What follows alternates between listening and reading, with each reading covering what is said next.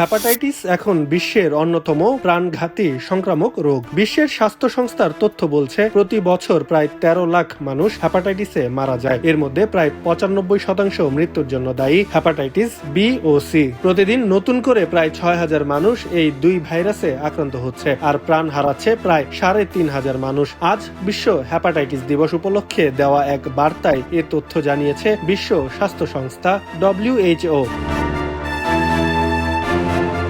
WHO এর তথ্য অনুযায়ী দক্ষিণ পূর্ব এশিয়ার অঞ্চলে বর্তমানে প্রায় ৪,৩০,০০,০০০ মানুষ ভাইরাল হ্যাপাটাইটিস নিয়ে জীবনযাপন করছেন। শুধু ২০২৪ সালেই এই অঞ্চলে প্রায় ২,৬৬,০০০ নতুন হেপাটাইটিস বি ও সি সংক্রমণ এবং প্রায় ২ লাখ হ্যাপাটাইটিস জনিত মৃত্যুর ঘটনা ঘটেছে। বাংলাদেশের পরিস্থিতিকেও উদ্বেগজনক হিসেবে উল্লেখ করেছে সংস্থাটি। বিশ্বব্যাপী হ্যাপাটাইটিস সি আক্রান্ত মানুষের সংখ্যার বিচারে বাংলাদেশ শীর্ষ ১০টি দেশের একটি। সাধারণ জনগোষ্ঠীর মধ্যে সক্রিয় হ্যাপাটাইটিস সি সংক্রমণের হার প্রায় ০.৬% হলেও ইনজেকশনের মাধ্যমে মাদক গ্রহণকারী ব্যক্তি, নিয়মিত রক্ত গ্রহণের নির্ভরশীল রোগী এবং রোহিঙ্গা শরণার্থীদের মধ্যে সংক্রমণের হার তুলনামূলকভাবে বেশি।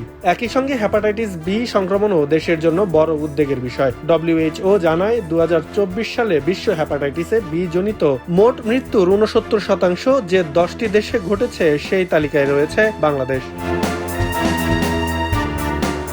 বিশেষজ্ঞদের মতে রোগটির প্রাথমিক পর্যায়ে সাধারণ কোনো লক্ষণ না থাকায় অধিকাংশ রোগী সংক্রমণের বিষয়টি জানতে পারে না। ফলে লিভার মারাত্মকভাবে ক্ষতিগ্রস্ত হওয়ার পর রোগ শনাক্ত হয়। তখন চিকিৎসা হয়ে ওঠে জটিল ও ব্যয়বহুল। তবে হ্যাপাটাইটিস বি প্রতিরোধে বহু বছর ধরে নিরাপদ ও কার্যকর টিকা রয়েছে। অন্যদিকে হ্যাপাটাইটিস সি ও আধুনিক ওষুধের মাধ্যমে সম্পূর্ণ নিরাময়যোগ্য। তবে বাংলাদেশের প্রেক্ষাপটে এখনো নানা কাঠামোগত ও সামাজিক বাধা রয়েছে। অনেক মানুষ হ্যাপাটাইটিস সম্পর্কে সচেতন নন, ফলে পরীক্ষা তারা না। এছাড়াও অনেক এলাকায় সহজলভ্য পরীক্ষা ও চিকিৎসা সেবা নেই। পাশাপাশি দরিদ্র, প্রান্তিক জনগোষ্ঠী ও রোহিঙ্গা শরণার্থীদের জন্য স্বাস্থ্যসেবার প্রাপ্যতাও এখনো সীমিত।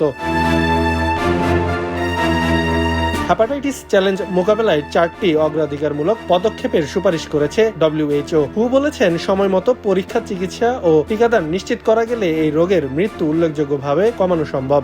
একই সঙ্গে জন্মের ২৪ ঘন্টার মধ্যে হ্যাপাটাইটিস বি টিকা প্রদান, নিরাপদ রক্ত সঞ্চালন, সচেতনতা বৃদ্ধি, জেলা উপজেলা পর্যায়ে পরীক্ষা ও চিকিৎসা সেবা সম্প্রসারণ এবং জাতীয় নজরদারির ব্যবস্থা শক্তিশালী করার উপর জোর দেওয়া হয়েছে।